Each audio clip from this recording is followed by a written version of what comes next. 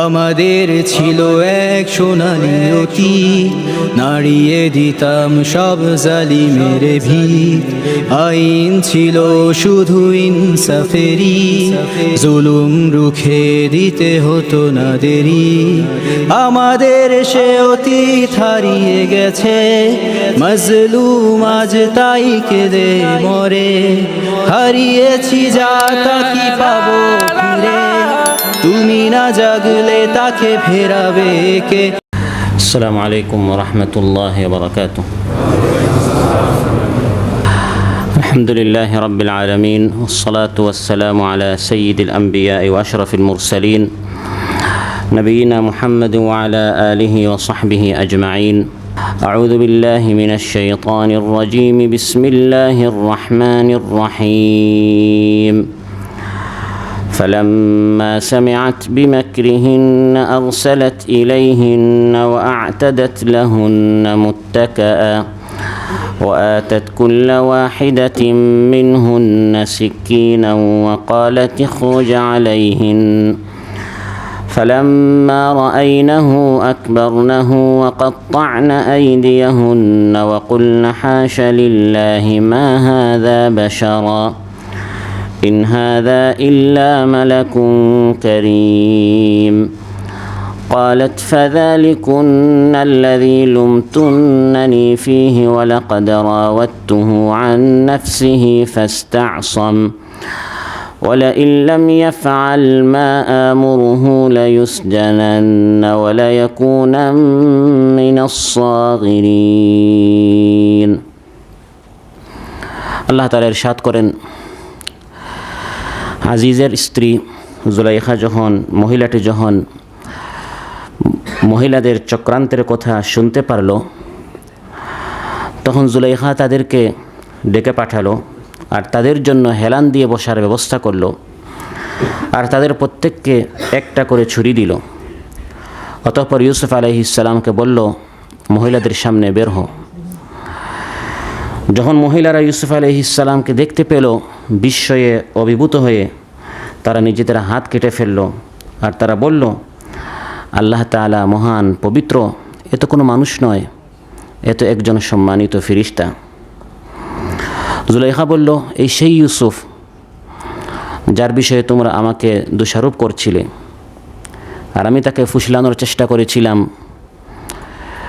কিন্তু সে পবিত্র ছিল, পবিত্র রয়েছে। নিশ্চয় যদি আমি তাকে যে নির্দেশ করি এটা যদি সে না মানে, অবশ্যই সে কারারুদ্ধ হবে এবং লাঞ্ছিতদের অন্তর্ভুক্ত হবে। ইমাম বুখারী রাহিমাহুল্লাহ শাখার উদ্যোগে আয়োজিত আজকের ইফতার মাহফিলে উপস্থিত মুহতারাম সভাপতি, শাখার দায়িত্বশীলবৃন্দ এবং আমার সামনে উপস্থিত প্রাণাধিক প্রিয় দিনদার, ইমানদার, রোজাদার ভাইরা, আলহামদুলিল্লাহ, আল্লাহ তাআলা আমাদেরকে ইফতারের আগ মুহূর্তে এই দিনই বৈঠকে, দিনই এই মজলিসে, কোরআনের এই মজলিসে আমাদেরকে উপস্থিত হওয়ার তৌফিক দান করলেন। বিদায় আমরা বলছি আলহামদুলিল্লাহ। সম্মানিত ভাইরা, সূরাত ইউসুফ থেকে দুটি আয়াত 31 এবং 32 নম্বর আয়াত তিলাওয়াত করে এর সরল সহজ বাংলা অনুবাদ উপস্থাপন করেছি। এই দুইটি আয়াতের আলোকে যে বিষয় আলোচনা উপস্থাপন করব সেটি হচ্ছে, বর্তমান এই ফিতনা ফাসাদের জমানায় একজন যুবক কিভাবে বেহায়াপনা, অশ্লীলতা, নির্লজ্জতা থেকে নিজেকে সেফ রাখতে পারে, নিজের চরিত্র কিভাবে অশ্লীলতা থেকে হেফাজত করতে পারে। শুধু ফজর থেকে মাগরিব পর্যন্ত খাবার পানীয় থেকে রোজা নয়, বরং সব ধরনের গুনাহ থেকে রোজা। বিশেষ করে যখন আমাদের হাতে হাতে মোবাইল এবং ফেসবুক, ইউটিউব সহ বিভিন্ন সামাজিক মাধ্যমগুলো আমাদের হাতের নাগালে, যুবক হিসেবে দুনিয়া আমাদেরকে যতই হাতছানি দিয়ে আহ্বান করুক, এই সকল অপরাধ থেকে, এই সকল অশ্লীলতা থেকে আমরা নিজেদেরকে কিভাবে বাঁচাতে পারি, যুবক পবিত্র হযরত ইউসুফ আলাইহিস সালামের এই ঘটনা থেকে আমরা এই বিষয়টা আলোচনা উপস্থাপন করব ইনশাআল্লাহ। সম্মানিত ভাইরা, হযরত ইউসুফ আলাইহিস সালাম তাকে আল্লাহ তাআলা দুনিয়ার সবচেয়ে বেশি সুখের জায়গা শাহী প্রাসাদে থাকার ব্যবস্থা করে দিলেন। আর তিনি যে মহিলার ঘরে থাকতেন, যে আজিজের যে অর্থমন্ত্রীর ঘরে থাকতেন, সে অর্থমন্ত্রীর স্ত্রী তাকে ফুসলানোর চেষ্টা করল। ইউসুফ আলাইহিস সালামের সৌন্দর্যে সে অভিভূত হয়ে ইউসুফ আলাইহিস সালামকে সে কুপ্রস্তাব দিল।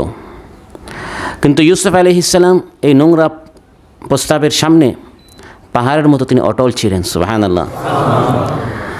তিনি অশ্লীলতার দিকে পা বাড়াননি, অগ্রসর হননি, বরং তিনি বলেছেন মাআদাল্লাহ, আমি আল্লাহর নিকট আশ্রয় চাচ্ছি। তিনি জানেন জুলাইখা সব দরজা বন্ধ করেছে, জানার পরেও বন্ধ দরজার দিকে তিনি অগ্রসর হয়েছেন, কারণ তিনি জানেন বন্ধ দরজা পর্যন্ত যাওয়া আমার কাজ, বন্ধ দরজা খুলে দেওয়া আল্লাহর কাজ।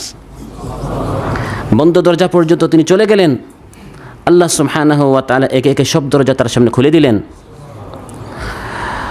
যখন এই কথাগুলো শহরে নগরীতে প্রচার হয়ে গেল যে জুলাইখা তার যুবকের সাথে কুকাজ করার জন্য সে তাকে ফুসলানোর চেষ্টা করেছে, তখন বর্তমান আমাদের সমাজেও এই ধরনের খবর প্রসার করতে বলতে এবং ছড়াতে সবারই ভালো লাগে। চায়ের দোকানে বসে, গল্পে, আসরে, বৈঠকে, ফেসবুকে এই সকল গল্পগুলো আমরা বেশিরভাগ কমেন্ট করি, শেয়ার করি, পোস্ট করি। জুলাইখা শুনতে পারলো তার বিষয়ে নারীরা খুব বেশি কথা বলছে যে জুলাইখা নাকি তার যুবককে ফুসলানোর চেষ্টা করছে।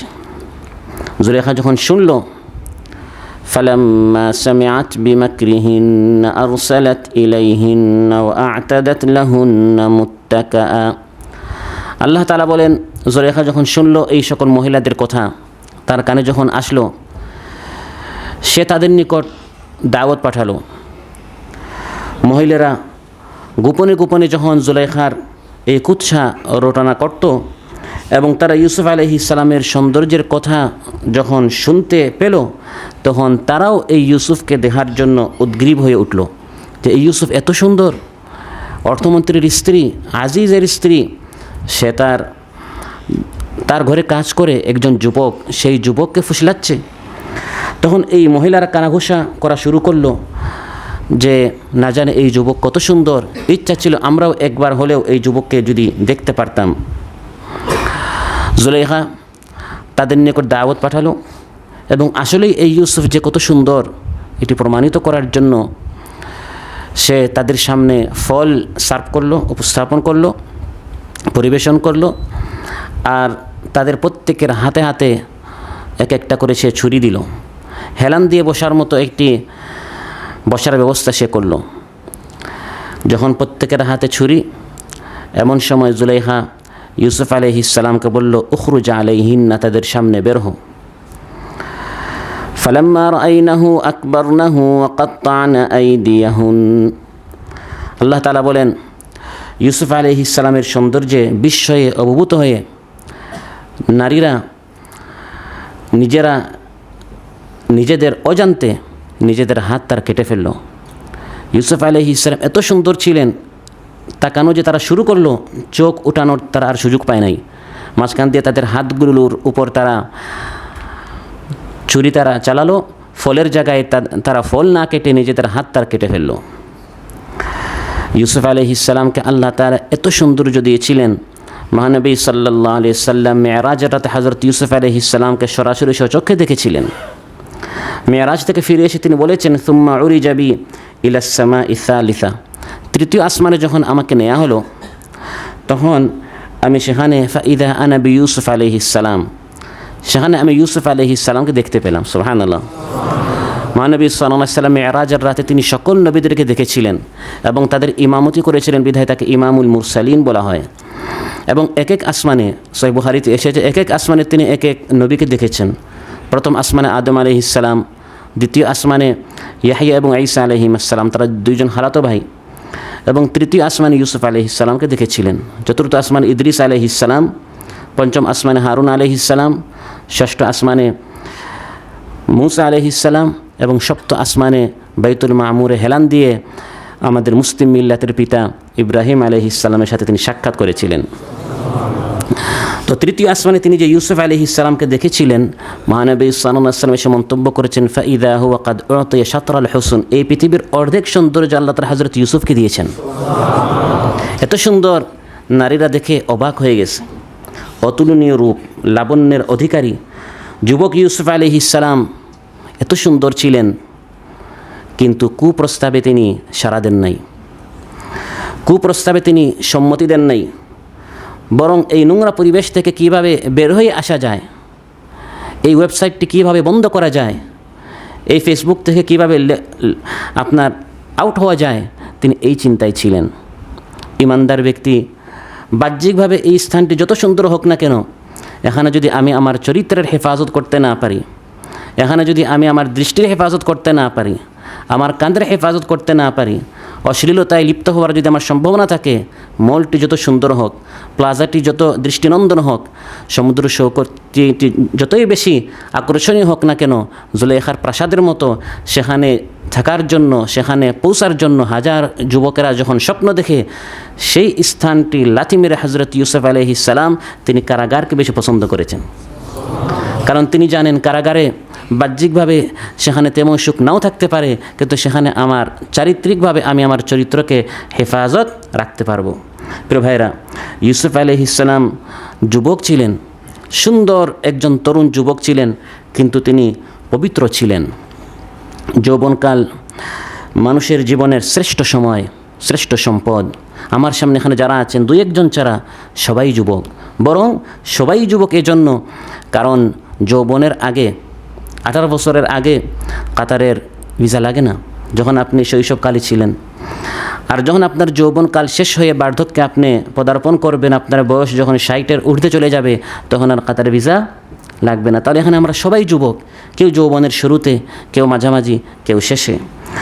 যৌবনকাল মানুষের জীবনের সোনালী সময়, শ্রেষ্ঠ সময়, শ্রেষ্ঠ সম্পদ। এ সময় মানুষের মাঝে বহুমুখী প্রতিভার সমাবেশ ঘটে। যৌবনকালে মানুষের চিন্তা শক্তি, ইচ্ছা শক্তি, মনন শক্তি, কর্মশক্তি প্রবলভাবে বৃদ্ধি পায়। এক কথায় এই সময় মানুষের প্রতিভা, মানুষের সাহস, মানুষের বুদ্ধিমত্তা পরিপূর্ণভাবে বিকাশ ঘটে। এই যৌবনকালেই অতীতের যুবকেরা যা করার ভবিষ্যতের জন্য তারা এই যৌবনকালই করেছেন। আল্লাহর হুকুম পরিপূর্ণভাবে মানার সময় এই যৌবনকাল। আমি আল্লাহর হুকুম মানব কিনা, আনুগত্য করব কিনা, আত্মসমর্পণ করব কিনা, এই সিদ্ধান্ত নেওয়ার সময়টি বার্ধক্যে যাওয়ার সময় নয়, যেটা আমরা অনেকেই ভাবি শেষ বয়সে গিয়ে আমি ইতিকাফ করব, হজ উমরা করব, মসজিদে ঢুকবো না। আল্লাহর হুকুম মানার সিদ্ধান্ত নেওয়ার এই সময়টা হচ্ছে এই যৌবনকালেই। ইউসুফ আলাইহিস সালাম খুব বেশি বৃদ্ধ ছিলেন নাকি? দাঁতগুলো পড়ে গিয়েছিল, কোমর একবারে বাঁকা হয়ে গিয়েছিল না, যুবক তরুণ ছিলেন। তাও যৌবনের একবার শুরুতে হযরত ইসমাঈল আলাইহিস সালাম, যিনি সম্পর্কে হযরত ইউসুফ আলাইহিস সালামের দাদা ছিলেন, দাদার ভাই ছিলেন, সম্পর্কে দাদা ছিলেন।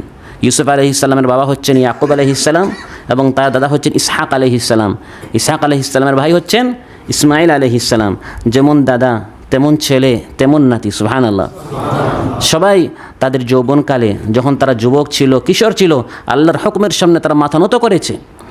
فلما بلغ معه السعي قال يا بني إني أرى في المنام أني أذبحك فانظر ماذا ترى।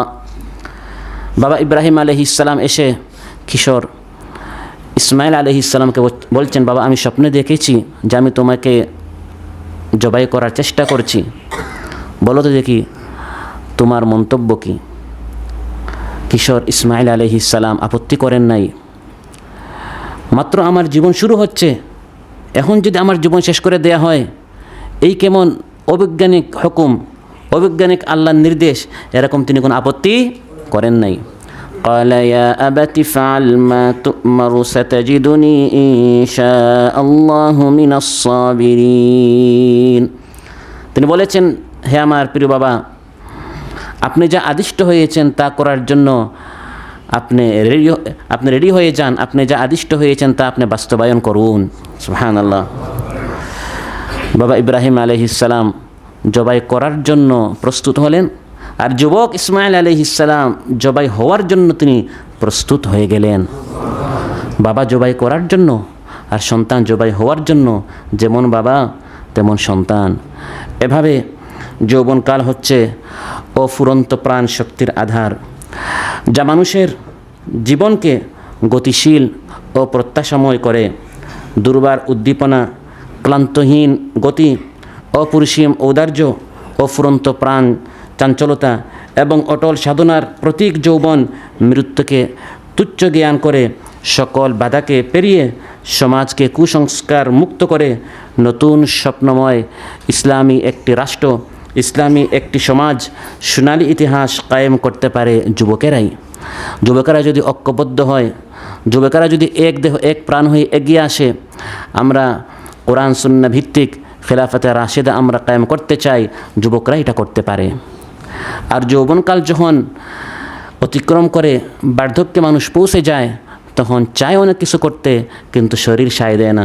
কোমর ব্যথা, মাথা ব্যথা, পিঠ ব্যথা, পেট ব্যথা, নানা রোগে আক্রান্ত হওয়ার কারণে মনে অনেক কিছু চায়, স্বপ্ন অনেক বেশি, কিন্তু শরীরের মাধ্যমে এই সকল কাজ বাস্তবায়ন করতে, যেহেতু যৌবনকালের গুরুত্ব এত বেশি, সেহেতু কিয়ামতের দিন এই যৌবনকাল সম্পর্কে আল্লাহর সামনে জবাব না দিয়ে কোনো বান্দা এক কদম সামনে যেতে পারবে না।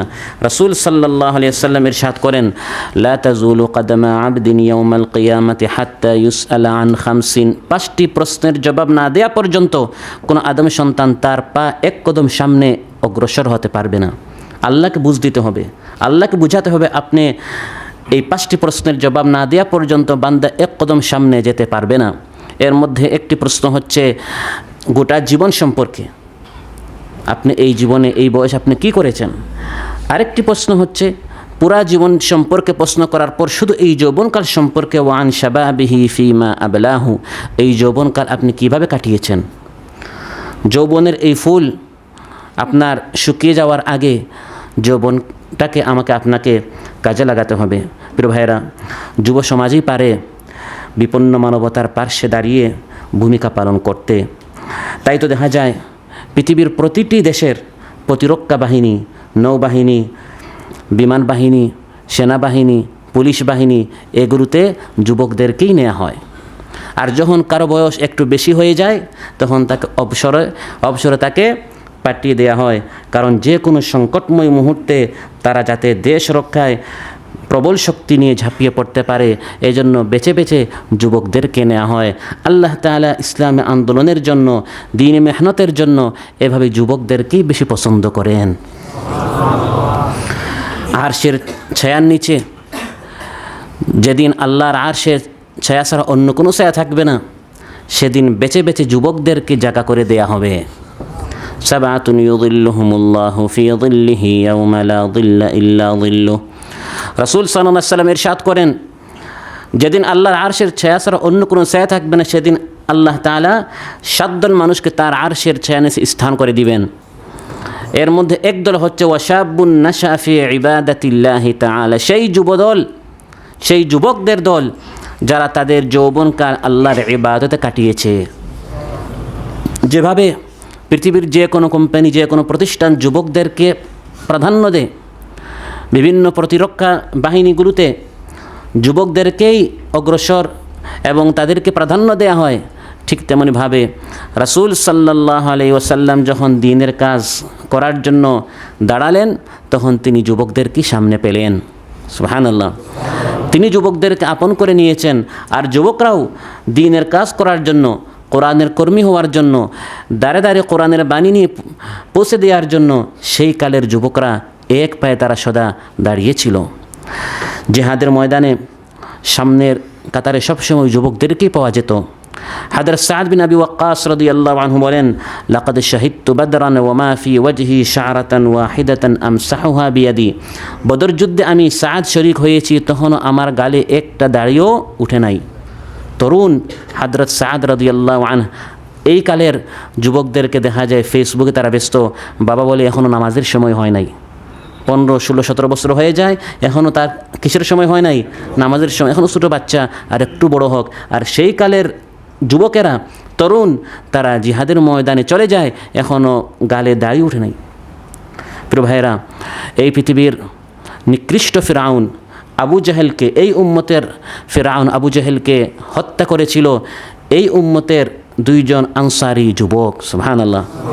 মুআদ, মুআওয়াদ, যখন অন্যান্য বৃদ্ধ সাহাবী, বয়স্ক সাহাবী তারা চিন্তা করছিলেন যে আবু জাহেলকে কি নিহত করা যাবে, তারপর হামলা করে কি কোনো লাভ হবে, সেই সময় দুইজন তরুণ যুবক সাহাবী, আনসারি সাহাবী অগ্রসর হয়ে আবু জাহেলের মস্তকে তারা মাটিতে নিক্ষেপ করে কিয়ামত পর্যন্ত এই ফিরআউনকে তারা একবার শেষ করে দিল। সুবহানাল্লাহ। হযরত উমাইর বিন আবি ওয়াক্কাস রাদিয়াল্লাহু আনহুকে মহানবী সাল্লাল্লাহু আলাইহি সাল্লাম বদর যুদ্ধে তাকে অনুমতি দেন নাই। বয়স একবারে কম ছিল, বয়স এত কম ছিল যে মহানবী সাল্লাল্লাহু আলাইহি সাল্লাম দেখলেন যে এই উমাইরকে বদর যুদ্ধে তাকে অনুমতি দেওয়ার এখনও তার সেই বয়স হয় নাই। তিনি পার্শ্বে গিয়ে এমন কান্নাকাটি করা শুরু করলেন, অঝরে কান্না করতে করতে মহানবী সাল্লাল্লাহু আলাইহি সাল্লাম এই দৃশ্য দেখে তাকে যুদ্ধের জন্য অনুমতি দিয়ে দিলেন। আজকাল আমাদের যুবকেরা কান্না করে কেন? আর্জেন্টিনা হেরেছে, ব্রাজিল হেরেছে, অমুক আপনার ফুটবলের বা আপনার ক্রিকেটের কে হেরেছে, কে জিতেছে, যারা পরাজিত হয় দেখা যায় সেই দলের যারা সমর্থন তারা কান্না করে। হয় কি না? এগুলো কান্না করে। তাও যদি আখিরাতের নয় দুনিয়ারও কোনো কাজে আসতো, এমন খেলাধুলা, এমন অনর্থক বিষয় নিয়ে আজ আমাদের যুবকদেরকে, তরুণদেরকে ব্যস্ত করে দেয়া হয়েছে। আর সেই যুগের যুবকেরা কান্না করত, তাদেরকে ইসলামী আন্দোলনে শরিক হয়ে জান দিয়ে শহীদ হওয়ার জন্য সুযোগ কেন দেয়া হচ্ছে না, সেজন্য তারা কান্না করতেন। সুবহানাল্লাহ। দুইজন যুবক তরুণ ছিলেন, বন্ধু ছিলেন, হযরত রাফি' বিন খুদাইজ রাদিয়াল্লাহু আনহু এবং সামুরা বিন জুনদুব রাদিয়াল্লাহু আনহু। তারা বন্ধু ছিলেন, সবসময় একসাথে চলতেন। হযরত রাফি' তার শরীরটা একটু মোটা ছিল, তাজা ছিল, দেখতে শুনতে লাগতো যে তাকে যুদ্ধে পারমিশন দেওয়া যায়। এই দুই বন্ধুকে যখন সামনে পেশ করা হলো, মহানবী সাল্লাল্লাহু আলাইহি ওয়াসাল্লাম হযরত রাফি'কে পারমিশন দিলেন, যেহেতু একটু মোটা তাজা, যদিও দুজনের বয়স মাত্র 15 বছর, সমবয়সী ছিলেন, কিন্তু একজন একটু মোটা তাজা হওয়ার কারণে তাকে অনুমতি দেওয়া হলো। আর হযরত সামুরাকে দেখতে একটু ছোট, সেজন্য তাকে পারমিশন দেওয়া হলো না। হযরত সামুরা রাদিয়াল্লাহু আনহু কীভাবে এই জিহাদে অংশগ্রহণ করা যায় তিনি কৌশল খোঁজার চেষ্টা করলেন। আমরা কিভাবে নামাজে না যাওয়া যায়, কোরআনের ক্লাস থেকে কীভাবে অনুমতি এবং ওযর পেশ করে দূরে সরা যায়, সেজন্য আমরা কৌশল খুঁজি, আমরা চিন্তা করি। আর তিনি, তার বন্ধু চলে গেছে, আমি পিছনে থাকতে পারি না। সুবহানাল্লাহ। তিনি মহানবী সাল্লাল্লাহু আলাইহি সাল্লামকে বলেন, ইয়া রাসূলুল্লাহ, আপনি আমার বন্ধুকে পারমিশন দিয়েছেন, আমাকে দেন নাই। আমাদের দুইজনের মধ্যে আপনি কুস্তি একটু প্রতিযোগিতা করেন, দেখবেন আমি তার উপর জিতে যাব। এবং আস্তে করে গিয়ে তিনি তার বন্ধু হযরত রাফি'কে বললেন, রাফি', আমি জানি তুমি আমার থেকে মোটা তাজা, কুস্তিতে তুমি জিতে যাবে, তুমি একটু করে নিচে পড়ে যাও, আমি যদি তোমার উপরে উঠে যাই, এই চান্সে, তুমি তো এমনি চান্স পেয়েছো, আমার উপরে উঠলেও তুমি যুদ্ধে যাবে, না উঠলেও তুমি এমনিই যুদ্ধে তুমি পারমিশন পেয়েছো, আমার এই পারমিশনের ব্যবস্থা তুমি করে দাও। এই কুস্তিতে তুমি একটু পরাজয়ের ভাব নিয়ে আমাকে বিজয়ের আসনে তুমি আমাকে বসাইও। সুবহানাল্লাহ। মহানবী সাল্লাল্লাহু আলাইহি সাল্লাম যখন দেখলেন যে হযরত রাফি' নিচে পড়ে গেল আর তার বন্ধু সামুরা রাদিয়াল্লাহু আনহু, যিনি দেখতে শুনতে একটু ছোট, সে জিতে গেল, তিনি দুইজনকেই পারমিশন দিয়ে দিলেন। প্রিয় ভাইরা, যৌবনের এই সোনালী সময়ে মানুষের দেহ সাধারণত সুস্থ থাকে, সকল দিক থেকে শরীরে শক্তি পরিপূর্ণ থাকে। দেখার দিক দিয়ে দৃষ্টিশক্তি, শোনার দিক দিয়ে শ্রবণ শক্তি, ধরার জন্য হাতের শক্তি, পায়ের শক্তি, রক্ত চলাচল, মোটামুটি মানে পুরা শরীরের উদ্দীপনা পূর্ণ থাকে। এই সময় তার হাতে, যুবকের হাতে উপযুক্ত এবং পর্যাপ্ত সময়ও থাকে। কিন্তু দুঃখজনক হলেও সত্য, অধিকাংশ মানুষ সুষ্ঠুভাবে তাদের যৌবনকালকে তারা ব্যয় করে না। মহানবী সাল্লাল্লাহু আলাইহি সাল্লাম ইরশাদ করেন, নি'মাতানি মাগবুনুন ফীহিমা কাসীরুম মিনান নাস, আস-সিহহাতু ওয়াল ফারাগ। দুটি নিয়ামতের বিষয়ে অধিকাংশ মানুষ ক্ষতিগ্রস্ত। অধিকাংশ মানুষ এই দুটি নিয়ামত ঠিকমতো তারা কাজে লাগায় না। একটি হচ্ছে সুস্থতা, আর একটি হচ্ছে অবসরতা। এই দুই নিয়ামতে আজ আমাদের সকলের হাতে আনলিমিটেড আছে। অবসরতা অনেক আমাদের আছে, যতই ব্যস্ত হই তাও হাতে সময় থাকে। এই যৌবনকাল মানুষের হাতে অনেক সময় থাকে।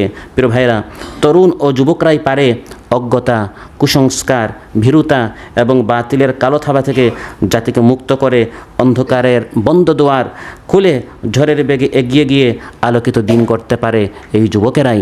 মহানবী সাল্লাল্লাহু আলাইহি সাল্লাম যখন দিন কায়েমের আন্দোলন করা শুরু করলেন, তার ডানে বামে সামনে পিছনে যুবকরাই ছিল, তরুণরাই ছিল। 15 বছর, 16 বছর, 20 বছর, 25 বছর, 30 বছরের যুবকেরাই দিনের এই পতাকা তারা উড্ডীন করেছিল। সুবহানাল্লাহ। মহানবী সাল্লাল্লাহু আলাইহি সাল্লাম তিনি মদিনায় থাকতেন। মদিনা থেকে তিনি আসলেন, মক্কা বিজয় হয়ে গেল। মক্কা বিজয় করে তিনি আবার ফিরে আসবেন কোথায়? মদিনায়। যেহেতু তিনি মদিনা থেকে আসছেন, আবার ফিরে আসবেন মদিনায়, এখন মক্কার দায়িত্বে একজন আমির দিতে হবে। তিনি মক্কাতুল মুকাররমার দায়িত্বে মাত্র 18 বছরের যুবক সাহাবী আত্তাব বিন উসাইদ রাদিয়াল্লাহু আনহুকে এই দায়িত্বটা দিলেন। বয়স কত?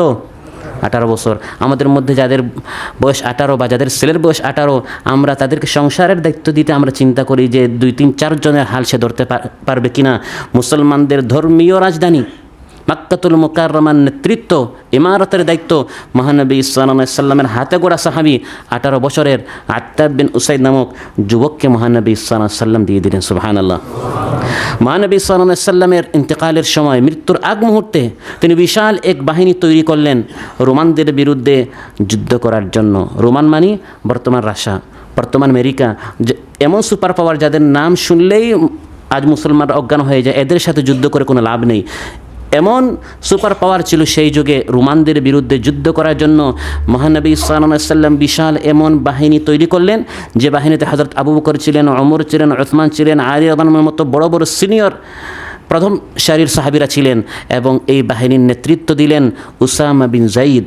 হযরত যায়েদ বিন হারিসা, যিনি মহানবী সাল্লাল্লাহু আলাইহি সাল্লামের সাথে তাইফে গিয়েছিলেন, সেই হযরত যায়েদের ছেলে উসামা রাদিয়াল্লাহু আনহু, যার বয়স মাত্র 17 বছর, 17 বছরের তরুণ যুবককে মহানবী সাল্লাল্লাহু আলাইহি সাল্লাম তার হাতে ইসলামের ঝান্ডা উঠিয়ে দিলেন। সুবহানাল্লাহ। আমাদের পাক ভারত উপমহাদেশ, Pakistan, Uzbekistan, Turkmenistan, Tajikistan, Afghanistan, সেই সকল দেশ যার হাতে বিজয় হয়েছে, তাইফের সন্তান মুহাম্মদ বিন আল কাসিম সাকাফি, তার বয়স মাত্র 17 বছর ছিল। গোটা আফ্রিকা যিনি বিজয় করেছেন হযরত উকবাহ বিন নাফে, বয়স মাত্র 22 বছর ছিল। গোটা আফ্রিকা তিনি বিজয় করলেন। তিউনিসিয়া, মরক্কো, আলজেরিয়া, লিবিয়া, মিশর থেকে শুরু করে ওই দেশগুলো বিজয় করতে করতে যখন আফ্রিকা শেষ হয়ে তিনি বর্তমান আটলান্টিক সমুদ্রে এসে পৌঁছে গেলেন, তিনি জানতেন না যে এর পিছনে ইউরোপ আছে, আমেরিকা আছে। তিনি ভেবেছিলেন বিশ্ব এখানেই শেষ, দুনিয়া এখানেই শেষ। সেই সমুদ্রের কিনারায় গিয়ে তিনি তার সুয়ারিটি সেখানে দাঁড়ালেন তার বাহিনী নিয়ে এবং বললেন, ওয়াল্লাহি, আল্লাহর কসম করে বলছি, লাউ আ'লামু আন্না ওয়ারা হাযাল বাহর আরদা, আমি যদি জানতাম এই সমুদ্রের পিছনে আরও জমিন আছে, লাখুত্তুল বাহরা বিফারাসি, এই সমুদ্র আমি আমার এই বাহন দিয়ে অতিক্রম করে সেই জমিনে গিয়ে হাত্তা উলিয়া আলাইহা কালিমাত লা ইলাহা ইল্লাল্লাহ, সেখানেও আল্লাহর বাণী পৌঁছাবার জন্য আমি আমার এই বাহিনী নিয়ে চলে যেতাম। সুবহানাল্লাহ। বয়স কত? 22 বছর, 18 বছর, 17 বছর এই সকল যুবকেরা দ্বীনের কাজ করেছেন। একজন খলিফা, তিনি খলিফা হলেন, তার বয়স ছিল মাত্র 19 বছর। জুমার দিন তিনি খুতবা দিতে দাঁড়ালেন, মানুষ হাসাহাসি করা শুরু করলো, 19 বছরের যুবক আমাদের খলিফা হয়ে গেল, কি আর নেতৃত্ব দিবে। একজন সামন থেকে প্রশ্ন করলো, আমাদের খলিফার বয়স কত? আসলে জানার জন্য না, মস্কারি করার জন্য। কিন্তু খলিফা, যেহেতু খলিফা হয়েছেন, বয়স 19 বছর, তার মানে অবশ্যই তার ভিতরে কী আছে? যোগ্যতা আছে। তিনি তার বয়স কত উত্তরটা দিয়েছেন খুব হিকমতের সাথে। তিনি বলেছেন, মহানবী সাল্লাল্লাহু আলাইহি সাল্লাম হযরত আত্তাবকে মক্কার আমির যে বয়সে বানিয়েছিলেন, বয়স ছিল কত? 18 বছর। আর হযরত উসামাকে রোমানদের বিরুদ্ধে জিহাদ করার জন্য যখন তাকে আমির বানিয়েছিলেন, বয়স কত ছিল? 17 বছর। এই দুইজন থেকে আমার বয়স আরও বেশি। তার মানে আমি তাদের থেকে কি বড়? সে প্রশ্ন করেছিল তাকে আটকানোর জন্য, কিন্তু তিনি হিকমতের সাথে এর মোকাবেলা করেছেন এবং উত্তর দ্বারাই বোঝা যায় তার ভিতর কী আছে? ইলম আছে, প্রজ্ঞা আছে, হিকমত আছে এবং এই সকল গুণ আছে বিধায় আল্লাহ তাআলা তাকে খলিফা বানিয়েছিলেন। সুতরাং প্রিয় ভাইয়েরা, যুব সম্প্রদায়কে তাদের যৌবনকালকে যথাযথ মূল্যায়ন করতে হবে। স্বীয় বিবেককে সদা জাগ্রত রাখতে হবে, যাতে করে কোনো অন্যায়, অনাচার, পাপাচার, দুরাচার, ধ্বংসাত্মক কর্মকাণ্ড এই যৌবনকালকে কলঙ্কিত করতে না পারে। অপরদিকে ইনসাফের পথে, ইসলামের পথে, ন্যায়ের পথে, কল্যাণের পথে যৌবনের উদ্যোগ ও শক্তিকে উৎসর্গ করতে হবে। আজ আমাদের যুব সমাজের টার্গেটই হচ্ছে কিভাবে ফেসবুকে সময় নষ্ট করা যায়, একটু আনন্দ পাওয়া যায়, একটু গান বাজনা শোনা যায়, কোনো মেয়ের সাথে একটু কথা বলা যায়। এই সকল কাজে আজ আমাদের যুবকেরা তাদের সময় নষ্ট করছে। অথচ রাসূল সাল্লাল্লাহু আলাইহি সাল্লাম দিন প্রচারের কাজ, দিন শিখার কাজ, দিন শেখানোর কাজ, দিনের এই ঝান্ডা বিভিন্ন দেশে পৌঁছে দেওয়ার এই দায়িত্ব তিনি বেছে বেছে যুবকদেরকে দিতেন। সুবহানাল্লাহ। হযরত আবু সাঈদ খুদরি রাদিয়াল্লাহু আনহু যখন তিনি কোনো যুবককে দেখতেন তখন তিনি খুব বেশি আনন্দিত, খুশি হয়ে যেতেন, দাঁড়াতেন এবং বলতেন, মারহাবান বিওসিয়্যতি রাসূলিল্লাহি সাল্লাল্লাহু আলাইহি সাল্লাম। মহানবী সাল্লাল্লাহু আলাইহি সাল্লাম যাদের সম্পর্কে আমাদেরকে ওসিয়ত করেছেন, হে যুবক, তোমাকে আমি স্বাগত জানাচ্ছি। সুবহানাল্লাহ। যুবককে দেখে তিনি দাঁড়াতেন, খুশি হতেন, কাছে আনতেন এবং বলতেন, মহানবী সাল্লাল্লাহু আলাইহি সাল্লাম তোমাদেরকে সম্মান করতে আমাদেরকে বলেছেন। আওসানা রাসূলুল্লাহি সাল্লাল্লাহু আলাইহি ওয়াসাল্লাম, মহানবী সাল্লাল্লাহু আলাইহি ওয়াসাল্লাম আমাদেরকে ওসিয়ত করেছেন, আন নুওয়াসসিআ লাকুম ফিল মাজালিস, যুবকদেরকে সামনে বসতে দাও, যুবকদের জন্য মজলিস প্রশস্ত করে দাও। ওয়া আন নুফাহিমাকুমুল হাদিস, তোমাদেরকে কোরআন হাদিস দিন আমরা যেন ভালো করে বুঝাই। ফা ইন্নাকুম খুলুফুনা, কারণ তোমরা হে যুবকেরা হচ্ছে আমাদের ভবিষ্যৎ। ও আহলাল হাদিস বাদানা, আমাদের পরে তোমরা কোরআন হাদিস দিন মানুষের নিকট পৌঁছাবে। এজন্য যুবকদেরকে পিছনে নয়, বরং যুবকদেরকে মহানবী সাল্লাল্লাহু আলাইহি সাল্লাম সবসময় সামনে আনতেন, অগ্রসর করতেন এবং তাদের প্রতি খেয়াল রাখতেন যে এই যুবকদের মাধ্যমেই দ্বীনের কাজ হবে, ইসলামের কাজ হবে। প্রিয় ভাইরা, বর্তমান গুণে ধরা এই সমাজের অশ্লীলতা, নগ্নতা, বেহায়াপনা, বেলাল্লাপনা, নির্লজ্জতা, জিনা, ব্যভিচার যুব সমাজেই পারে দূর করতে। পারে কি না? পারে। এই ক্ষেত্রে যুবকদেরকে প্রথমে নিজের চরিত্র পবিত্র রাখতে হবে। আর নিজের এই চরিত্রকে পবিত্র রাখার শ্রেষ্ঠ মাধ্যম হচ্ছে যত দ্রুত সম্ভব বিবাহ করতে হবে। আমাদের বাংলাদেশি যুবকেরা অনেক ক্ষেত্রে আমরা দেরিতে বিবাহ করি, ফলে দেখা যায় অনেক সময় নিজের অনিচ্ছায় অনেক অশ্লীলতায় দেখতে শুনতে, অনেক অশ্লীলতায় চোখের মাধ্যমে, কানের মাধ্যমে, কথার মাধ্যমে আমাদের লিপ্ত হতে হয়। মহানবী সাল্লাল্লাহু আলাইহি সাল্লাম যুবকদেরকে ডেকে ডেকে বলছেন, ইয়া মাশারাশ শাবাব, হে যুব সমাজ, মান ইসতাতাআ মিনকুমুল বাআতা ফালইয়াতাযাওয়াজ, তোমাদের মধ্যে যার সামর্থ্য আছে দ্রুত বিবাহ করার, সে যেন দ্রুত বিবাহ করে ফেলে। ফাইন্নাহু লাহু উইজা, দ্রুত বিবাহ করলে নিজেকে তুমি অশ্লীলতা থেকে বাঁচাতে পারবে, এটা তোমার ডাল স্বরূপ। আর যদি দ্রুত বিবাহ করতে না পারো, ওমান লাম ইয়াসতাতি' ফাআলাইহি বিস-সাওম, বেশি বেশি করে সিয়াম পালন করো, বেশি বেশি করে রোজা রাখো। ফাইন্নাহু আগাদ্দু লিল বাসারি ওয়া আহসানু লিল ফারজি, বেশি বেশি করে রোজা রাখলে চোখটা নত থাকবে এবং লজ্জাস্থান হেফাজত থাকবে। যুবক ইউসুফ আলাইহিস সালাম পৃথিবীর সৌন্দর্যের অর্ধেক আল্লাহ তাআলা তাকে দিয়ে দিলেন। ক্রিম মেখে, শ্যাম্পু লাগিয়ে, দামি দামি অনেক কিছু লাগিয়ে আমরা চেষ্টা করি একটু নিজেদের সৌন্দর্য প্রদর্শন করতে, নিজে একটু সুন্দর হিসাবে মানুষের সামনে পেশ করতে। ইউসুফ আলাইহিস সালামকে আল্লাহ তাআলা সৃষ্টিগতভাবে এই পৃথিবীর অর্ধেকটা সৌন্দর্য দিয়েছেন এবং তিনি নারীদের পিছনে নয়, নারীরা তার পিছনে ঘুরেছে। তাও শাহী দরবারে খাবার, পানীয়, ফল, ফ্রুট, সম্মান সব কিছু তিনি পেতেন, কিন্তু চরিত্র রক্ষা করতে পারতেন না। তিনি এই দুনিয়া গ্রহণ করেন নাই, দুনিয়ার এই সৌন্দর্য তিনি গ্রহণ করেন নাই।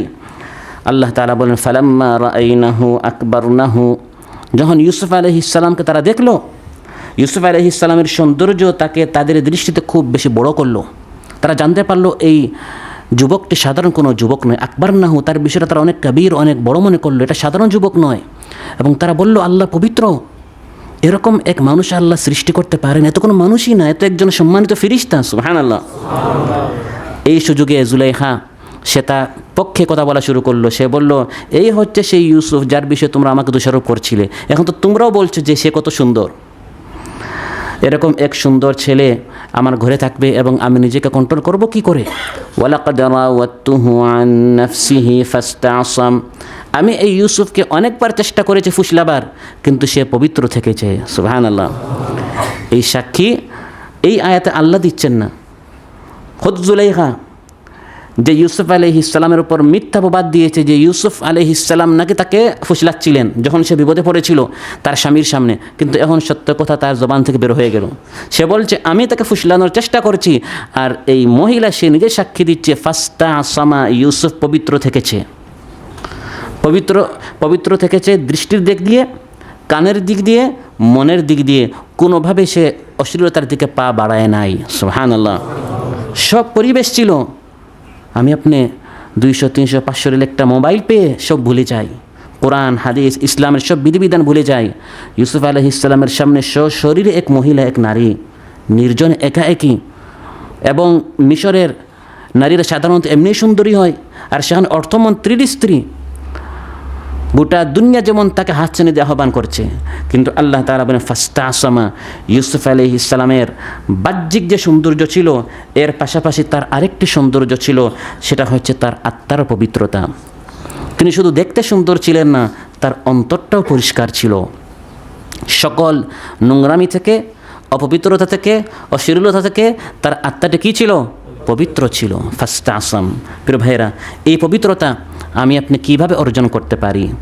একজন যুবক এই পবিত্রতার পথে কিভাবে এই পবিত্রতা অর্জন করতে পারে? কারণ সৃষ্টি জগতের আদিকাল থেকে অদ্যাবধি যুব সমাজ দ্বারাই অধিকাংশ অন্যায় সংগঠিত হয়েছে এবং হবে। পেপার পত্রিকায় যত হত্যা, ব্যভিচার, ধর্ষণের ঘটনা আমরা পড়ি, 60-এর ঊর্ধ্বে বয়স কয়জনে করে? অধিকাংশগুলো হয় আপনার 18-19 থেকে নিয়ে 40-এর ভিতরের বা 35-এর ভিতরের এই যুবকরাই এই সকল কাজ করে থাকে। আবার সমাজের কল্যাণমূলক কাজ, গঠনমূলক কাজ, এগুলোর নেতৃত্বও যুগে যুগে যুব সমাজই দিয়েছে। ভালো মন্দ, ভাঙ্গা গড়া ইত্যাদি ব্যাপারে বয়স্কদের তুলনায় যুবকরাই অগ্রগামী। সুতরাং যুবকরা যদি কোনো ভালো কাজের দিকে ঝুঁকে পড়ে এবং এই ভালো কাজ করার সিদ্ধান্ত যদি যুবকরা নেয়, জীবন দিয়ে হলেও তারা এই কাজটি সম্পাদন করে। আবার এই যুবকরাই যদি খারাপ হয়ে যায়, পরিকল্পিতভাবে কোনো রাষ্ট্র ব্যবস্থা, সমাজ ব্যবস্থা, শিক্ষা ব্যবস্থা যদি যুবকদেরকে ধ্বংস করে ফেলে, তাদের চরিত্র যদি নষ্ট করে ফেলে, তাহলে জাতির ভাগ্যাকাশে অমানিসার ঘোর অন্ধকার নেমে আসে এবং ধ্বংস সুনিশ্চিত হয়ে যায়। পৃথিবীর প্রথম যে হত্যাকাণ্ড হয়েছিল, প্রথম একজন আরেকজনকে হত্যা করেছিল, সেটা হচ্ছে যুবক কাবিল হত্যা করেছিল যুবক হাবিলকে। ইবনাই আদম, আল্লাহ বলেছেন আদম আলাইহিসসালামের 2 সন্তান একজন আরেকজনকে হত্যা করেছে। আদম আলাইহিসসালাম বয়োবৃদ্ধ ছিলেন আর তার 2 সন্তান তারা যুবক ছিল। হযরত লূত আলাইহিসসালামের কওমের যুব সম্প্রদায় সমকামিতার মতো নোংরামিতে তারা লিপ্ত হয়েছিল। ফলে আল্লাহ তাআলা তাদের পুরা শহরটাকে উল্টায়া পাথর বর্ষণ করে সমূলে তাদেরকে ধ্বংস করে দিলেন। যুবকেরা হত্যা করে, জিনা ব্যভিচার করে যদি পরিকল্পিতভাবে তাদের চরিত্রকে নষ্ট করে দেয়া হয়, আর যদি তাদেরকে গড়া যায়, তাহলে যুবক আবু বকর, যুবক ওমর, যুবক উসমান, যুবক আলীর মতো জাতির শ্রেষ্ঠ যুবক উপহার পাবে। প্রিয় ভাইরা, আজ আমরা যদি ভালো সৎ যুবক হিসাবে নিজেদেরকে গড়তে চাই, ইসলামী যে নীতিগুলো রয়েছে এগুলো আমাদের মানতে হবে। প্রথম যে বিষয় সেটি হচ্ছে পর্দার প্রথা আমাদের চালু করতে হবে, এবং এই কাজ আপনি যুবক পারবেন। অনেক সময় বাবা নিষেধ করে, আপনি বিবাহ করে স্ত্রীকে এনেছেন, বাবা বলে আমি তোমার বোনদেরকে পর্দা করতে বলি না, তুমি তোমার স্ত্রীকে আমার ঘরে থাকতে পর্দা করবা, এটা আমি দিব না। কিন্তু আপনি যুবক পারবেন, আপনার সিদ্ধান্ত, আপনি বলবেন আমি এখান থেকে টাকা পাঠাই এবং ইসলামের এই নিয়ম আমার ঘরে চলবে না, এটা হতে পারে না। আপনার সিদ্ধান্তই চূড়ান্ত। আপনি বলবেন আমার এই ঘরে আমার কথা নয়, এটা আল্লাহর কথা, আল্লাহর এই বিধান, পর্দা চালু করতে হবে। তখনই আপনার এই ঘরের ভিতরে পর্দার মাধ্যমে পবিত্রতা নামক ইউসুফ আলাইহিসসালাম যেরকম পবিত্র ছিলেন, আপনার ঘরের সদস্যরা এমনিতেই পবিত্র হয়ে যাবে। ভাবির সামনে, শেলিকার সামনে যাওয়া, এই সকল পরিস্থিতি থেকে আমাদের নিজেদেরকে হেফাজত করতে হবে। পর্দার প্রথাটি আমাদের ঘরে ঘরে চালু করতে হবে। আজ আমার সামনে যুবকদেরকে প্রশ্ন করতে চাই, এই ইসলামী বিধানকে আমরা আমাদের ঘরে চালু করতে পারবো? وَإِذَا سَأَلْتُمُوهُنَّ مَتَاعًا فَاسْأَلُوهُنَّ مِنْ وَرَاءِ حِجَابٍ। আল্লাহ তাআলা বলেন, নবী সাল্লাল্লাহু আলাইহি ওয়াসাল্লামের স্ত্রী উম্মাহাতুল মুমিনিন, পৃথিবীর শ্রেষ্ঠ নারী, তাদের নিকট যখন তোমরা কিছু বলতে যাইবে, চাইতে যাইবে, প্রশ্ন করতে যাইবে, সরাসরি যাবে না, পর্দার আড়ালে যাবে। যালিকুম আতহারু লিকুলুবিকুম ওয়া কুলুবিহিন্না, ফলে তোমাদের অন্তরটা পবিত্র থাকবে, তাদের অন্তরটা পবিত্র থাকবে। উম্মাহাতুল মুমিনিনের অন্তরে কোনো বক্রতা আসা, অশ্লীলতার দিকে ঝুঁকার কোনো প্রশ্নই আসে না, কিন্তু শয়তান সবার পিছনে আছে। সেখানেও আল্লাহ বলছেন পর্দা করতে, সেখানে আমার আপনার অবস্থান কোথায়? আমরা বলি ভাই আমার অন্তর পরিষ্কার আছে, বলি না? এই কথা বলাটা হচ্ছে শয়তানের আরেক ওয়াসওয়াসা। অন্তর পবিত্র আছে কিনা এটা আল্লাহ জানেন, সেই আল্লাহ ফরজ করে দিয়েছেন পর্দা করে। পর্দার এই নিয়মটা আমাদের ঘরে চালু করতে হবে। আমরা আমাদের মাদেরকে বলে দিব, বোনদেরকে বলে দিব, স্ত্রীকে বলবো, মেয়েদেরকে বলবো, পর্দা ছাড়া ঘর থেকে বের হওয়া, শুধু বাহিরে নয়, ঘরের ভিতরেও পর্দা করতে হবে। যদি মাহরাম না হয়, যেমন দুলাভাইয়ের সামনে, দেবরের সামনে বের হওয়া যাবে না। তারপর আমরা অনেক সময় চাচাতো ভাই, খালাতো ভাই, ফুফুতো ভাই, এগুলো আমরা মনে করি এগুলো নিজের ঘরের লোক না। খালাতো ভাই এর সামনে বোন কি হতে পারবে না, বের হতে পারবে না, কারণ তার সাথে বিবাহ বসতে জায়েজ। যার সাথে বিবাহ করতে জায়েজ তার থেকে পর্দা করতে হবে। মহানবী সাল্লাল্লাহু আলাইহি ওয়াসাল্লাম ইরশাদ করেন, সিনফানি মিন আহলিন নারি লাম আরাহুমা, জাহান্নামী দুই দল আমি নবী এখনও দেখি নাই। মাদানী সমাজে ছিল না, ভবিষ্যতে এই মুসলিম সমাজে আসবে, এবং বর্তমানে আমরা আমাদের চোখ দ্বারা দেখছি এগুলো বাংলাদেশে আছে। প্রায় প্রতিটি মুসলিম রাষ্ট্রে এই দুই শ্রেণী বের হয়ে গেছে। একদল হচ্ছে জালিম গোষ্ঠী, হাতে অস্ত্র নিয়ে নিয়ে মানুষের উপর নির্যাতন চালাবে। কওমুন মাআহুম সিয়াতুন কাআযনাবিল বাকারি ইয়াদরিবুনা বিহান নাস। আর দ্বিতীয় হচ্ছে ওয়ানিসাউন কাসিয়াতুন আরিয়াতুন মুমিলাতুন মাইলাত লা ইয়াদখুলনাল জান্নাতা ওয়া লা ইয়াজিদনা রিহাহা। একদল নারী পর্দা করে না, উলঙ্গ অর্ধ উলঙ্গ হয়ে মুসলিম দাবি করবে, ঘর থেকে বের হবে কোনো পর্দা ছাড়া। এটি মদিনার সমাজে ছিল না, কিন্তু আজ বাংলাদেশে এটা চালু হয়ে গেছে কিনা? আছে। এভাবে হযরত ইউসুফ আলাইহিস সালামের মতো পবিত্র যুবকরা থাকতে পারবে না। যুবকদেরকে পবিত্র রাখতে হলে অবশ্যই ঘরে ঘরে, প্রত্যেকটি সমাজের স্থানে পর্দা নামক এই প্রথাটি আমাদের কি করতে হবে? চালু করতে হবে। 2 নাম্বার, কোনো অবস্থায় কোনো গায়ের মাহরামের কোনো নারীর সাথে একাএকি নির্জনে কোনো রুমে একত্রিত হওয়া যাবে না। যখনই পর নারীর সাথে একাএকি আপনারা 2 জন থাকবেন, সেখানে তৃতীয় হবে শয়তান। যতই পবিত্র থাকার চেষ্টা করেন না কেন, পবিত্র থাকা যাবে না। ইউসুফ আলাইহিস সালাম থাকা তো দূরের কথা, তিনি পালিয়ে যাচ্ছিলেন, কারণ এখানে তৃতীয় শয়তান এই পরিস্থিতি নিয়ন্ত্রণ করবে, সে হস্তক্ষেপ করবে, এই জন্য যাতে করে জুলেখার সাথে অনাকাঙ্ক্ষিত কোনো কাজ, কোনো অপরাধী লিপ্ত না হন, সেজন্য ইউসুফের মতো একজন নবী এই রুমে থাকা তো দূরের কথা, তিনি সঙ্গে সঙ্গে রুম থেকে বের হওয়ার জন্য দরজার দিকে তিনি পালাচ্ছিলেন। অতএব লা ইয়াখলুওয়ান্না রাজুলুন বিমরাআতিন ইল্লা ওয়া মাআহা যু মাহরাম। রাসূল সাল্লাল্লাহু আলাইহি ওয়াসাল্লাম ইরশাদ করেন, কোনো মাহরাম ছাড়া পর নারীর সাথে কোনো রুমে একাএকি একত্রিত হওয়া যাবে না। নিজের চরিত্রকে পবিত্র রাখার জন্য যুবকদের প্রতি তৃতীয় যে মহানবী সাল্লাল্লাহু আলাইহি ওয়াসাল্লাম যে শিক্ষা আমাদেরকে দিয়েছেন, এবং গুরুত্বপূর্ণ শিক্ষা, সেটা হচ্ছে সব সময় চোখের হেফাজত করতে হবে, দৃষ্টিকে নত রাখতে হবে। দৃষ্টি যদি আপনি লাগামহীনভাবে ছেড়ে দেন, ফেসবুকে যা আছে তা দেখেন, যা আসে তা দেখেন, যে কোনো ওয়েবসাইট আপনি যদি ঢুকে যান, তখন ধাপে ধাপে, স্টেপ বাই স্টেপ একসময় শয়তান মন্ত্রণা দিয়ে দিয়ে ফুসলে ফুসলে এই বান্দাকে, এই যুবককে, যতই নামাজি হোক, যতই রোজাদার হোক, যতই তাহাজ্জুদ গুজার হোক, একসময় অশ্লীলতায় লিপ্ত হয়ে যায়। কুল্লিল মুমিনিনা ইয়াগুদ্দু মিন আবসারিহিম ওয়া ইয়াহফাযু ফুরুজাহুম। আল্লাহ তাআলা বলেন, হে আমার হাবিব, ঈমানদার পুরুষদেরকে বলেন তারা যেন তাদের চোখ নত রাখে। পর নারীকে দেখতে চোখের রোজা রাখতে হবে আল্লাহর ভয়ে। অন্তরে যদি তাকওয়া থাকে, আল্লাহর ভয় থাকে, যে আল্লাহর ভয়ে এখন আমরা খাবার খাচ্ছি না, পানীয় পান করছি না, একজন নারী যখন সামন দিয়ে যাবে, সেই আল্লাহ তাআলা যিনি ফজর থেকে মাগরিব পর্যন্ত খাবার হারাম করে দিয়েছেন, নিষেধ করেছেন, সেই আল্লাহ তাআলা এই নারীর দিকে তাকাতেও কী করেছেন? নিষেধ করেছেন। লা তুতবিইন নাযরাতান নাযরাতা ফাল উলা লাকা ওয়া লাইসা লাকাল আখিরাহ। মহানবী সাল্লাল্লাহু আলাইহি ওয়াসাল্লাম ইরশাদ করেন, তিরমিজিতে এসেছে, যদি ভুলে একবার দৃষ্টি পড়ে যায়, দ্বিতীয় আরেকবার তাকাইও না।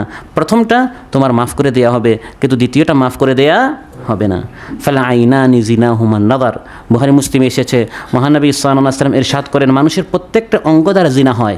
চোখের জিনা হচ্ছে দেখা, কানের জিনা হচ্ছে শোনা, আর মন দিয়ে মানুষ ভাবে, আর লজ্জাস্থান এই যা দেখেছে শুনেছে এটাকে হয় সত্যায়ন করে বা মিথ্যা বলে এটাকে প্রত্যাখ্যান করে।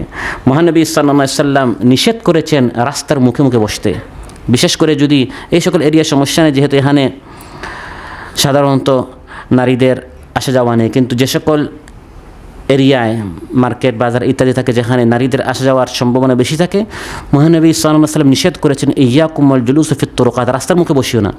তখন সাহাবীরা বসলেন, ইয়া রাসূলুল্লাহ, মাঝে মধ্যে আমাদের অন্য জায়গায় বসার কোনো সুযোগ থাকে না, আমাদের রাস্তার সামনে আমাদের বসতে হয়। মহানবী সাল্লাল্লাহু আলাইহি ওয়াসাল্লাম ইরশাদ করেন ফাআতুত তারিকা হাক্কাহু, রাস্তার হক আদায় করো। প্রশ্ন করা হলো রাস্তার আবার হক কি? মহানবী সাল্লাল্লাহু আলাইহি ওয়াসাল্লাম কয়েকটা হক বলেন, এর মধ্যে একটা হচ্ছে গাদ্দুল বাসার, সামনে দিয়ে নারীরা যাবে তখন চোখ কী করতে হবে? উত্তক্ত করা তো দূরের কথা, কোনো নারীকে ফুসলানোর চেষ্টা করা তো দূরের কথা, মুসলিম যুবক তার সামনে পাথর যাচ্ছে না নারী যাচ্ছে, দুইটাই তার নিকট সমান থাকবে, সে তার চোখ কী করে রাখবে? নত করে রাখবে। পারা যাবে তো ইনশাআল্লাহ? এবং সেটা মানুষের সামনে নয়, একা একই নির্জনে কম্বলের নিচে ফেসবুকে যখন পর নারীর ছবি আসবে তখন আল্লাহর ভয়ে চোখটা নত রাখতে হবে। পারা যাবে ইনশাআল্লাহ? ইয়ালামু খাইনাতাল আয়ুনি ওয়া মা তুখফিস সুদূর, আল্লাহ তাআলা বলেন চোখের খেয়ানত আল্লাহ জানেন। দুই বন্ধু একসাথে মার্কেটে যাচ্ছে, এক নারী গেল, বন্ধু টের পায় নাই, আপনি আস্তে করে দেখলেন, আল্লাহ বলেন এই চোখের খেয়ানত কেউ জানে না, আল্লাহ তাআলা জানেন। দেখেছেন, ফেরেশতারা সঙ্গে সঙ্গে এটা রেকর্ড করে ফেলেছে। দেখার স্বাদটি চলে গেছে, শাস্তিটা বাকি রয়ে গেছে। অতীত জীবনে যত নারীর ফটো দেখেছেন, যত গান বাজনা শুনেছেন, এই স্বাদটিকে এখন আমরা অনুভব করতেছি? স্বাদগুলো শেষ, আরাম যেটা আমরা পেয়েছিলাম, ভোগ যেটা পেয়েছিলাম সেটা শেষ, কিন্তু শাস্তিটা এখনও কি আছে? তাহলে যে ভোগ বিলাসিতায় শেষ হয়ে যায়, শাস্তি বাকি থাকে, সেটা করার মধ্যে তো কোনো কামিয়াবি নেই, বরং এর মধ্যে ক্ষতি। লাভ হচ্ছে সেই জান্নাতের নিয়ামত যেটা হচ্ছে অনন্তকালের জন্য। সুবহানাল্লাহ। প্রিয় ভাইরা, নিজের চরিত্র পবিত্র রাখার জন্য বড় আরেকটি হাতিয়ার হচ্ছে কানের হেফাজত করা গান বাজনা থেকে। বাদ্যযন্ত্র হচ্ছে শয়তানের একটি অস্ত্র, এর মাধ্যমে মানুষের, বিশেষ করে যুব সমাজের চরিত্রকে সে নষ্ট করতে চায়। বিশেষ করে নারীদের কোনো গান বাজনা শোনা যাবে না, কোনো গান বাজনা শোনাই যাবে না, বিশেষ করে নারীর কোনো মহিলার কণ্ঠে কোনো গান বাজনা শোনা যাবে না। এটি হচ্ছে ইবলিসের একটি অস্ত্র। আল্লাহ তাআলা কোরআনের মধ্যে বলে দিয়েছেন, হে ইবলিস যা, বনি আদমকে পথভ্রষ্ট করার শক্তি আমি তোকে দিয়ে দিলাম, তুই বনি আদমকে কীভাবে পথভ্রষ্ট করবে? ওয়াস্তাফজিজ মান ইসতাতা'তা মিনহুম বিসাউতিকা, তোর আওয়াজের মাধ্যমে, শয়তানের আওয়াজের মাধ্যমে। শয়তানের আওয়াজ কি? তাফসিরে এসেছে শয়তানের আওয়াজ হচ্ছে গান বাজনা। এই গান বাজনার এই সকল মিউজিক, গান বাজনা, বাদ্যযন্ত্র, এই সকল আওয়াজ যখন একজন যুবক শুনে, বিশেষ করে পার্শ্বে স্ত্রী নেই, পার্শ্বে নিজের ভিতরে যে যৌন কামনা আসে, এটা আপনার চরিতার্থ করার যখন কোনো রাস্তা থাকে না, তখন একজন যুবক তার চরিত্র এমনিতেই ধ্বংসের দিকে চলে যায়। এজন্য আমার সামনে যে সকল রোজাদার যুবকরা আছেন, আজ আমরা ইফতারের আগ মুহূর্তে এই ওয়াদা করতে পারি যে আর কোনো গান বাজনা আমরা শুনবো না। আমরা শুধু কিছু কানের খোরাক দেওয়ার জন্য, কিছু হাসানোর জন্য, সময় পাস করার জন্য এই ইফতার মাহফিল করা হয় নাই। হযরত ইউসুফ আলাইহিস সালাম যেভাবে অশ্লীলতা থেকে তিনি রোজা রেখেছিলেন, এভাবে আমরা যদি কিছু সিদ্ধান্ত আজ নিতে পারি যে আমি আমৃত্যু আমার চরিত্রকে হযরত ইউসুফের মতো যত প্রতিকূল পরিবেশ আসুক না কেন, আমি আমার চরিত্রকে নোংরামি থেকে, অশ্লীলতা থেকে আমি রোজা রেখে আমি সব সময় পবিত্র থাকব, এই সিদ্ধান্ত যদি আমরা আজ নিতে পারি, তাহলে আমাদের আজকের মাহফিলটি সার্থক হবে। মহানবী সাল্লাল্লাহু আলাইহি ওয়াসাল্লাম ইরশাদ করেন, সায়াকুনু ফি হাযিহিল উম্মাহ খাসফুন ওয়া মাসখুন ওয়া কাযফুন, এই উম্মতের শেষ জামানায় আসমান থেকে পাথর নিক্ষেপ করে করে আল্লাহ তাআলা একদল মানুষকে ধ্বংস করবেন, আবার একদল মানুষের আকৃতি আল্লাহ বিকৃতি করে ফেলবেন, আবার একদল মানুষকে আল্লাহ তাআলা মাটির নিচে ভূমি দোষ করে আল্লাহ তাআলা এদেরকে ধ্বংস করবেন। প্রশ্ন করা হলো, এটা কখন হবে ইয়া রাসূলুল্লাহ? মহানবী সাল্লাল্লাহু আলাইহি ওয়াসাল্লাম ইরশাদ করলেন, ইযা যাহারাতিল কাইনাতু ওয়াল মাআজিফু ওয়া শুরিবাতুল খুমুর, যখন প্রকাশ্যে নাচ গান হবে, দুই, যখন প্রকাশ্যে গান বাজনা হবে, বাদ্যযন্ত্র ব্যবহার করা হবে, তিন, যখন প্রকাশ্যে মদ পান করা হবে। এই তিনটার মধ্যে কোনটা আজ বাংলাদেশে নেই? আজ মদের লাইসেন্স দেওয়া হচ্ছে, সকাল ভোর 5টা পর্যন্ত কনসার্টে যুব সমাজের চরিত্র ধ্বংস করার জন্য গান বাজনা শুনিয়ে বাদ্যযন্ত্র ব্যবহার করে পাশের দেশের নায়িকা গায়িকাদেরকে এনে নাচ গান পরিবেশন করা হচ্ছে কিনা? এটা পরিকল্পিতভাবে যুবকদের চরিত্র আজ নষ্ট করা হচ্ছে। অতএব গান বাজনা শুনবো না, আল্লাহর কোরআন শুনবো। পারা যাবে তো ইনশাআল্লাহ? কোরআনের আলোচনা শুনবো, কোরআনের তিলাওয়াত শুনবো, দিনের আলোচনা শুনে শুনে আমাদের অন্তরকে আমরা প্রশান্ত করব। গান বাজনা শোনার মধ্যে মনের কোনো প্রশান্তি পাওয়া যায় না, বরং গান বাজনা শেষ হওয়া মাত্রই দেখবেন আপনার অন্তরটা একবারে অন্ধকারে এমনভাবে সংকুচিত হয়ে যায়, সংকীর্ণ হয়ে যায়, অজানা একটা অশান্তি আপনার অন্তরে পাবেন। আর শান্তি পেতে হলে আল্লাযীনা আমানু ওয়া তাতমাইন্নু কুলুবুহুম বিযিকরিল্লাহ আলা বিযিকরিল্লাহি তাতমাইন্নুল কুলুব। আল্লাহ তাআলা বলেন, ইমানদারদের, যারা ঈমান এনেছে, আল্লাহর যিকরে, আল্লাহর স্মরণে তাদের অন্তরটা প্রশান্ত পায়। সুবহানাল্লাহ। আমরা ঈমানদার কি না? ঈমানদার হিসাবে আমাদের অন্তর শান্তি পাবে আল্লাহর কোরআন দ্বারা, গান বাজনা দ্বারা নয়। প্রিয় ভাইয়েরা,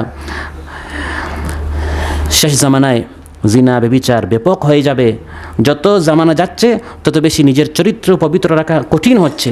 সেজন্য আমাদেরকে আরও বেশি নিজেদের সিদ্ধান্তে অটল থাকতে হবে যে ফেসবুক থেকে আরও বেশি কোনো সোশ্যাল মিডিয়া যদি আমাদের হাতে আসে, একবার হাতের নাগালে যদি আমাদের চরিত্র ধ্বংস করার জন্য ইহুদি খ্রিস্টানরা আর কিছু বা তারা আবিষ্কার করুক না কেন, আমি আমার চরিত্র নষ্ট হতে দেব না।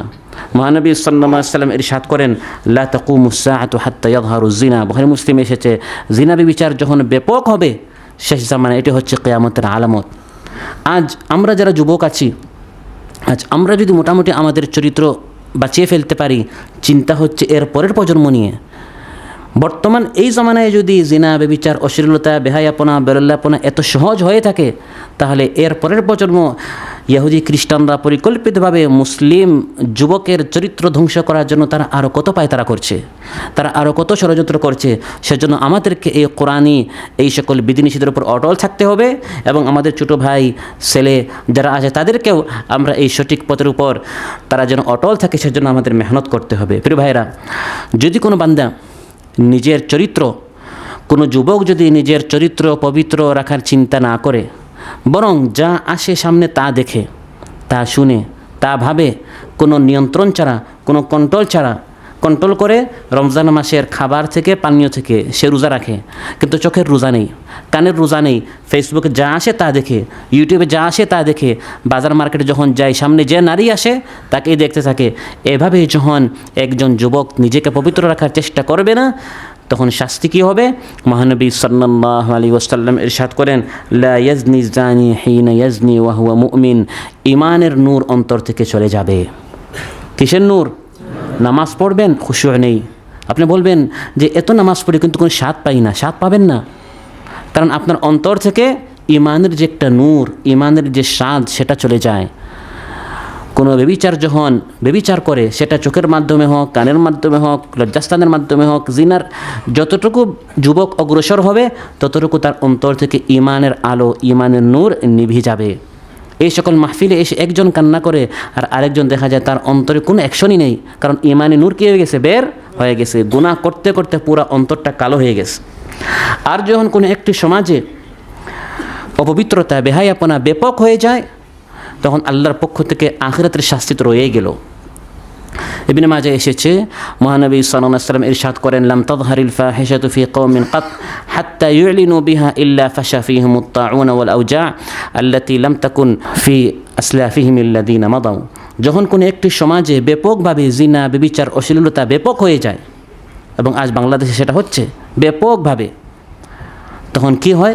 আল্লাহ তাআলা এমন সকল রোগ ব্যাধি ভাইরাস দেন যে সকল রোগ ব্যাধি তাদের আগের লোকেরা শুনেই নাই। 2017-এর আগে, 2019-এর আগে করোনা নামক এই নামটাই আমরা শুনি নাই। আর আজ থেকে 10-20 বছর আগে এইডস এবং এই ধরনের কঠিন রোগ যেগুলোর চিকিৎসা এবং ঔষধ এখন পর্যন্ত ডাক্তাররা খুঁজে পাচ্ছে না, এবং এর মূল কারণ হচ্ছে এই সকল জিনা ব্যভিচার। এখন পর্যন্ত মুসলিম দেশগুলো অনেকটা সেফ আছে ইউরোপ আমেরিকার তুলনায়, কারণ ওই সকল দেশে তারা এই সকল অশ্লীলতায় আরও অনেক অ্যাডভান্স। বাহ্যিকভাবে জুলেখার প্রাসাদের মতো। আমেরিকা অনেক সুন্দর, ইউরোপ আমি আমার জীবনে যদি একবার যেতে পারি, যুবকের জীবনের বড় স্বপ্ন। কিন্তু পরিবেশ হচ্ছে সেই জুলেখার বাড়ির মতো, ভিতরে হচ্ছে নোংরামি, ভিতরে হচ্ছে অশ্লীলতা, ভিতরে হচ্ছে বেহায়াপনা। বিধায় মহানবী সাল্লাল্লাহু আলাইহি ওয়াসাল্লামের এই হাদিস অনুযায়ী তাদের মধ্যে এমন সকল রোগব্যাধি রয়েছে, এমন সকল রোগব্যাধি যেগুলো তাদের পূর্বের লোকেরা শুনেই নাই, নামই শুনে নাই। এই সকল রোগ দ্বারা আল্লাহ তাআলা তাদেরকে আক্রান্ত করে ফেলেন। একজন যুবক যখন পবিত্র থাকে, আল্লাহ তাআলা তার স্বাস্থ্যের মধ্যে বরকত দেন, রোগ ব্যাধি হয় না। আর একজন যুবক যখন তার চোখকে একটু শান্তি দেওয়ার জন্য, কানকে একটু আরাম দেওয়ার জন্য যখন সে নোংরামির দিকে যায়, স্বাস্থ্যটা আল্লাহ নষ্ট করে দেন। কত যুবক বৈবাহিক জীবনে ব্যর্থ। মাসালা জিজ্ঞাসা করে আমাদেরকে, বিভিন্ন যুবকেরা রয়েছে বিবাহের আগে যখন চোখ কান এগুলোকে তারা লাগামহীনভাবে ছেড়ে দিয়েছে, শাস্তিস্বরূপ আল্লাহ তারা স্বাস্থ্যটা নষ্ট করে দেন, বিবাহের পর তারা ব্যর্থ হয়ে যায়। প্রিয় ভাইয়েরা, যখন কোনো যুবক নিজের চরিত্র পবিত্র না রেখে অন্য নারীর সাথে অসৎ কাজে লিপ্ত হয়, মনে রাখতে হবে জিনা ব্যভিচার হচ্ছে এমন একটা ঋণ যা আপনার পরিবার থেকে পরিশোধ করা হবে। যখন কোনো যুবক আরেকজনের বোনকে ফুসলায়, আপনার বোনকে একজন না একজন ফুসলাবে। আরেকজনের স্ত্রীর পিছনে লাগবেন, আপনার স্ত্রীর পিছনে একজন লাগবে। জিনা ব্যভিচার হচ্ছে এমন একটা ঋণ যা আপনার ঘর থেকে, আপনার পরিবার থেকে এর ঋণ কী করা হবে? পরিশোধ করা হবে।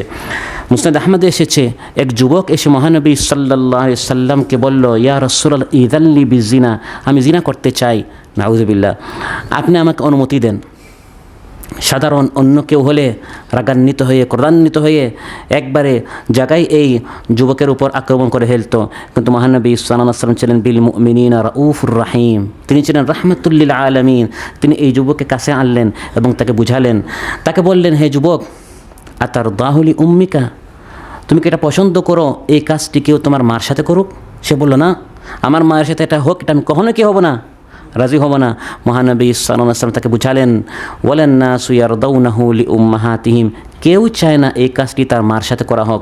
তুমি যে নারীর সাথে করতে চাচ্ছ সে কারো না কারো মা হতে পারে। তারপর বলেন, আতারদাহু লি উখতিকা, তোমার বোনের সাথে তুমি কি এটা চাও কেউ করুক? তারপর বললেন, আতারদাহু লি বিনতিকা, তোমার মেয়ের সাথে, লি খালাতিকা লি আম্মাতিকা, তোমার খালার সাথে, তোমার ফুফুর সাথে। প্রত্যেকটা প্রশ্নের সময় যুবক বলে, না ইয়া রাসূলুল্লাহ, আমি এটা চাই না। তখন মহানবী সাল্লাল্লাহু আলাইহি সাল্লাম তাকে বলতেন, মানুষও চায় না তাদের ফুফুর সাথে বা খালার সাথে বা স্ত্রীর সাথে বা মেয়ের সাথে। তো এই হাদিস থেকে বোঝা গেল, আপনি যখন আরেকজনের বোনের পিছনে লাগবেন, স্ত্রীর পিছনে লাগবেন, মায়ের পিছনে লাগবেন, এই ঋণটা আপনার ঘর থেকে পরিশোধ করা হবে। এবং এর ডজন ডজন প্রমাণ আমাদের গ্রাম, আমাদের শহরগুলোতে, আমাদের দেশে রয়েছে। এক যুবক আরেক মেয়ের পিছনে লেগেছে, দেখা গেল তার বোন যে পবিত্র ছিল কিভাবে সেও নষ্ট হয়ে গেল। প্রিয় ভাইয়েরা, অতএব একজন যুবককে সিদ্ধান্ত নিতে হবে, এই গোলাপি এই দুনিয়া, এই জাকজমক এই দুনিয়া, চাকচিক্যময় দুনিয়া আমরা প্রতারিত হব না। বরং একজন ইমানদার ব্যক্তি সে নিজের চরিত্রকে সব ধরনের অশ্লীলতা, বেহায়াপনা থেকে সে নিজেকে রোজা রাখবে, বিরত রাখবে সব ধরনের অশ্লীলতা থেকে, এবং সে সিদ্ধান্ত নেবে সে হযরত ইউসুফ আলাইহিস সালামের মতো। জুলেখা যখন বলেছিল, এই ইউসুফ যদি আমার কথা মতো না চলে, আমি তাকে ফুসলাচ্ছি, সে যদি আমার কথা না মানে, ওয়ালা ইল্লাম ইয়াফআল মা আমুরুহু লা ইউসজানান্না ওয়া লা ইয়াকুনা মিনাস সাগিরিন, আমি তাকে কারারুদ্ধ করব এবং সে লাঞ্ছিতদের একজন হবে। হযরত ইউসুফ আলাইহিস সালাম এই ধমক শুনে আতঙ্কিত হয়ে গেলেন নাকি?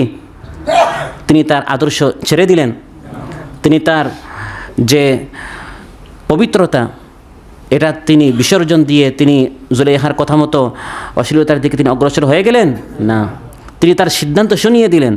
ক্বালা রাব্বিস সিজনু আহাব্বু ইলাইয়া মিম্মা ইয়াদউনানি ইলাইহি, হে আল্লাহ, এই নারী জাতি আমাকে যে সকল অশ্লীলতার দিকে আহ্বান করছে, এর চেয়ে কারাগারীন জীবন আমার নিকট অনেক অনেক অনেক উত্তম। সুবহানাল্লাহ।